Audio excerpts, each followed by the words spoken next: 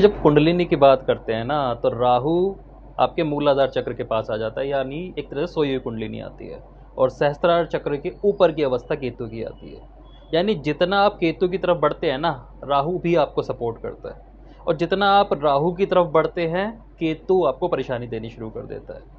कुंडली में अगर इसे देखें ना, तो कुंडली में जिस भी भाव में राहु है उसके जस्ट अपोजिट केतु मिलेगा। और केतु वाले भाव की ओर यदि हम प्रैक्टिस करने लगते हैं ना, तो राहु की ब्लेसिंग मिलनी शुरू हो जाती है। लेकिन इंसान की आदत क्या है कि वो हमेशा राहु की तरफ जाता है। राहु जिस भी भाव में है, मान लीजिए राहु किसी का दशम भाव में है तो केतु चौथे भाव में आएगा। ऐसा व्यक्ति जितने ज़्यादा अपने प्रोफेशन की तरफ ध्यान देगा, जितना ज़्यादा फेम की तरफ जाएगा, उसे ना मानसिक समस्या मिलनी शुरू हो जाएगी, क्योंकि सामने से केतु प्रॉब्लम क्रिएट करना शुरू कर देगा। और ऐसा व्यक्ति जितना अपने घर की शांति की ओर जाएगा, अपनी मेंटल वेलबींग की ओर जाएगा ना, उसका काम धंधा भी चलना शुरू हो जाएगा। केतु पांचवें भाव में है, राहु 11वें भाव में है। ऐसा व्यक्ति जितना ज़्यादा अपनी डिज़ायर की तरफ जाएगा, डिज़ायर बढ़ाने की ओर जाएगा, बच्चों से संबंधित परेशानी आनी शुरू हो जाएगी, मैनिफेस्टेशन की प्रॉब्लम आनी शुरू हो जाएगी, क्योंकि वो पंचम भाव की प्रॉब्लम है।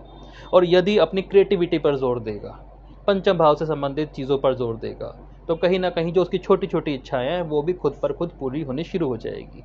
तो सिंपल सा रूल है कि आपकी कुंडली में केतु जहाँ है ना, आपको उस तरफ बढ़ना है। और राहु जहाँ है ना, उस तरफ बहुत ज़्यादा दिमाग नहीं लगाना चाहिए।